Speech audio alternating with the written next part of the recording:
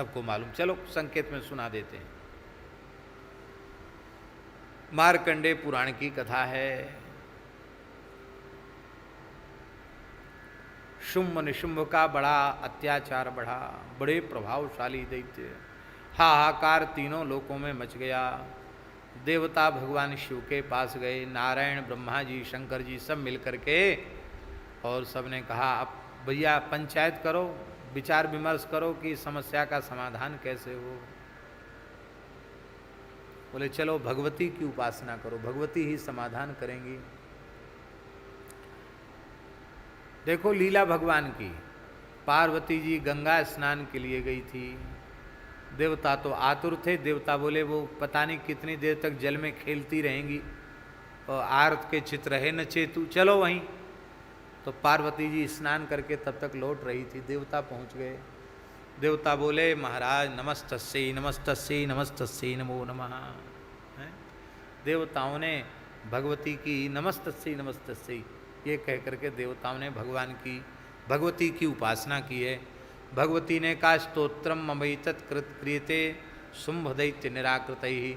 शुंभ निशुंभ के अत्याचार से व्यथित होकर तुम मेरी ही स्तुति कर रहे हो, ऐसा कह के और भगवती पार्वती जगदम्बा ने अपने शरीर से एक देवी को प्रकट कर दिया। वे हुई कौशिकी देवी, वो उन्हीं का ही स्वरूप है। और कौशिकी देवी से कहा कि ओ कौशिकी देवी जा कर के एक हिमालय के शिखर पर बैठ गई। पूरा पर्वत जो था वो चमक रहा था उनकी अंग कांति से। उसी समय महाराज शुंभ निशुंभ का एक राक्षस एक गया वहाँ, उसने जाकर के देखा अरे बड़ी सुंदर देवी यहाँ बैठी है। तो उसने जाकर के शुंभ निशुंभ से कहा महाराज आप इंद्र का हाथी ले आए, उच्च ईश्वरवा घोड़ा ले आए, वहाँ से वरुण का छत्र ले आए, और सब की चीज़ें गिनाई। वहाँ से आप सब कल्प वृक्ष ले आए, आपका तीनों लोकों में शासन है। लेकिन स्त्री रत्न मेषा त्वया कल्याणी कस्मान्न गृह्यते, ये तो स्त्री रत्न है, इसको तो आपको जरूर लेना चाहिए। अच्छा इतनी सुंदरी है? बोले जाओ कहो जा करके, आकर के मुझे वर्ण कर ले, मुझे स्वीकार कर ले, नहीं तो फिर उसकी हालत खराब हो जाएगी, अपनी दुर्दशा के लिए तैयार हो जाए। दूत गया,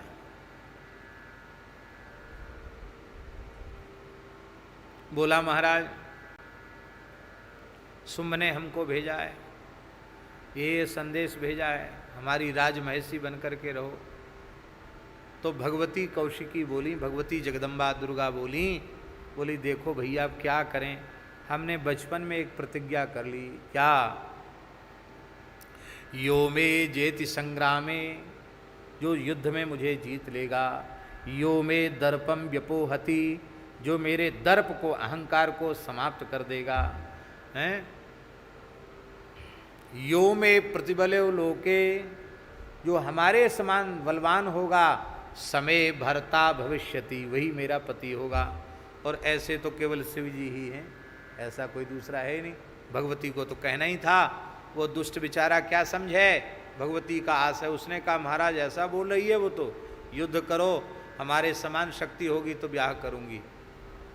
हे धूम्रलोचन जाओ, सेना को लेकर जाओ, उसके केस पकड़ के घसीटते हुए उसको यहाँ ले आओ। कैसी है वो देवी? धूम्रलोचन आया और हुंकार किया, हुंकारेणैव तम भस्म सा चकारांबिका तदा। ऐसे किया और धूम्रलोचन सेना के साथ भस्म हो गया। अब बोले महाराज वो तो बड़ी चमत्कारिणी है, उसने तो हुंकार करके सबको भस्म कर दिया।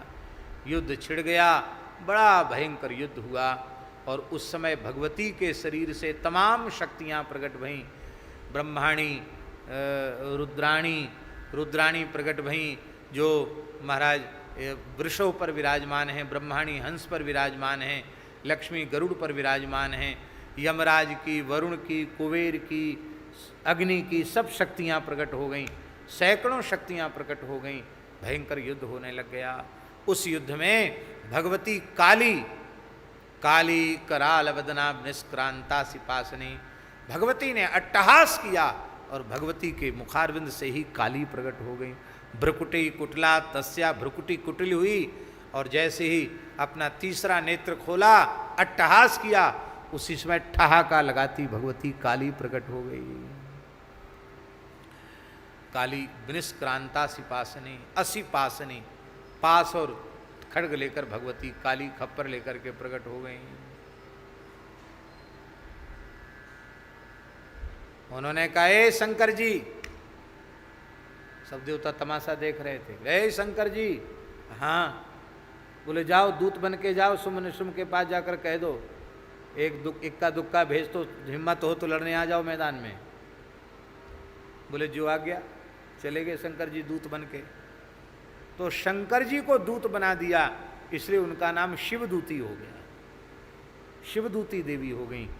और महाराज उन शिवदूती ने ही चंड और मुंड के मस्तक काट करके, चंड मुंड के मस्तक लेकर के भगवती के चरणों में अर्पित कर दिए। ल्यो भेंट, युद्ध यज्ञ स्वयं शुंभम निशुंभम च अनुष्यसी, ये दो बलि पशु हमने अर्पित किए हैं, चंड और मुंड, और अब शुंभ और निशुंभ को आप स्वयं स्वीकार करना, चरणों में अर्पित किया है। उसी बात को तुलसीदास जी महाराज कह रहे हैं, चंड भुज दंड खंडनि बिहंडनि महिष मुंड मद भंग कर अंग तोरे।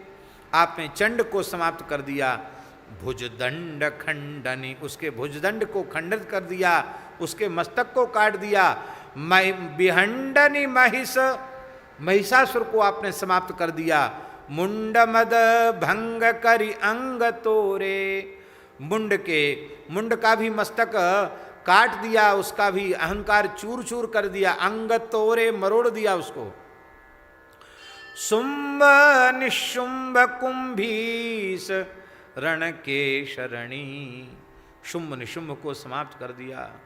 महाराज शुंभ जब मारा गया, निशुंभ जब मारा गया, तो शुंभ ने कहा कि अन्यासाम बलमाश्रित्य युद्ध से याति मानिनी। दुर्गा अहंकार मत करो, तुम्हारी ताकत नहीं, तुम तो बैठी रहती हो, थोड़ा बहुत लड़ती हो, ये तुम्हारी फौज जो है ना शक्तियों की, इसी से तुमने विजय प्राप्त की है। हिम्मत हो तो अकेले लड़के दिखाओ, हमारी सब सेना खत्म होगी, अकेले हम बचे हैं। भगवती ने कहा, रे मूर्ख क्या बोलता है, एकैवाहं जगत्यत्र द्वितीया का ममा परा पश्यैता दुष्टमय्येव विशन्त्यो मद्विभूतयः। एकैवाहं जगत्यत्र, इस संसार में एका हूं, अकेली हूं। द्वितीया का ममा परा, दूसरी मेरे अतिरिक्त कोई है ही नहीं। दुष्ट देख, सब विभूतियां मेरी हैं, मेरे में प्रवेश करती हैं। इतना करते ही सब शक्तियां भीतर प्रविष्ट हो गईं, अकेली भगवती विराजमान हो गईं। इसका आशय क्या है समझते हैं? इसका आशय ये है, भगवती के स्वरूपों में भेद मत करो, वही भगवती सब स्वरूपों में विराजमान है। न तो भगवान के स्वरूपों में भेद करो, न भगवती के स्वरूपों में भेद करो, एक ही है। तो महाराज जी उनको आपने समाप्त कर दिया।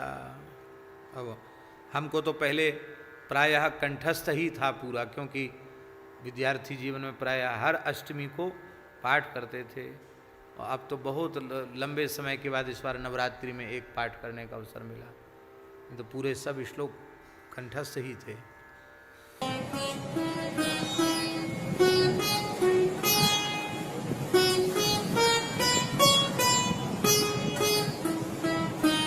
श्री सीताराम प्रतिदिन सत्संग एवं दर्शन के लिए श्री महाराज जी के ऑफिशियल चैनल को जरूर सब्सक्राइब करें।